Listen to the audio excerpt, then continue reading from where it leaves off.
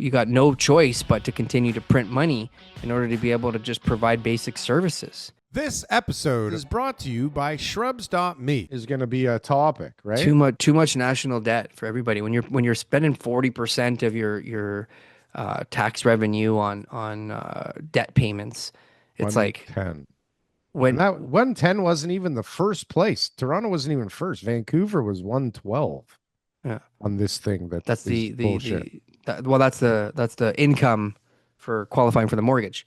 I'm talking about as a country on your debt, Yeah. right? You're spending a huge 40% of your tax revenue to pay off, your debt. I mean, that number just keeps climbing, And so you got no choice but to continue to print money in order to be able to just provide basic services. And that when you're creating money out of thin air and that the central bank continues to buy the government bonds, we're going to be in a situation where we're going to have money flooding in left, right, and center. And things are going to get really expensive really quickly. Well, so you look at Japan, for example, TK, Yeah. has like GDP to debt ratio of like 230%. We're at like one something here in Canada, maybe 130% of right? Way better off than a lot of countries, but Japan for whatever reason,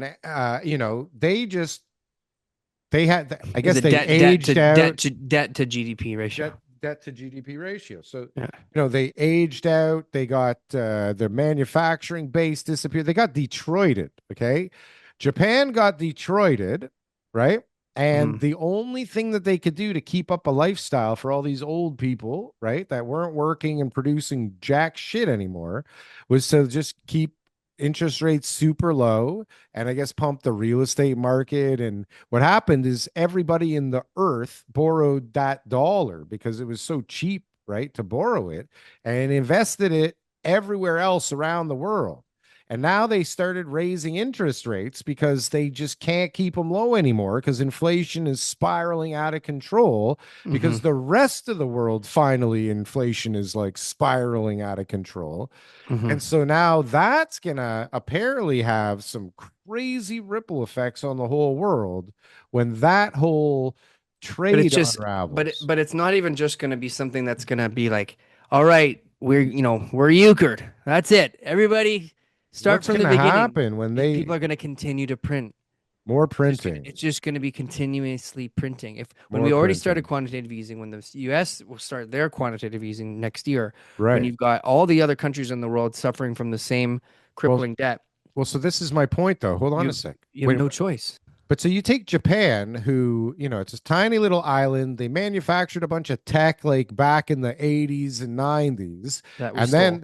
Well, fine, but never needed anything from them again. Can that happen here in Canada when we have such a giant country and such a small population and so many natural resources? Could we get to that crazy debt to GDP ratio? And I mean, our immigration policies are much different than Japan's.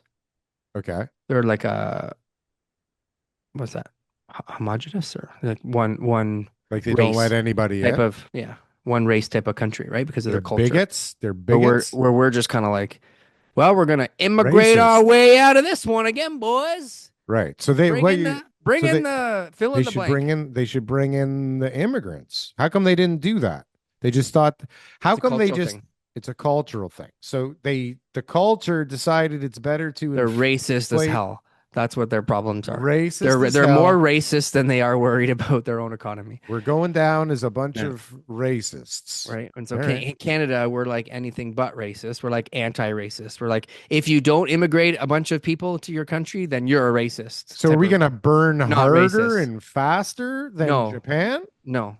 We're gonna be okay in some regards, but things are gonna get a lot more expensive really quickly, and that eventually will be housing. It's not now, but it eventually be housing again. Housing eventually will get unaffordable, even more unaffordable again. Unfortunately, I want to go on this carnivore diet, and I'm like, how am I going to eat steak every day? I'm going to go bankrupt if I got to eat steak every single day for every meal. A couple eggs, yeah. I thought about it too. Carnivore diet. I thought about it too.